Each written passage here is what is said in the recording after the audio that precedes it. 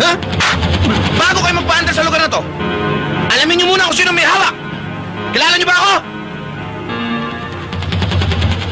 Ano nga ba pangalan ko?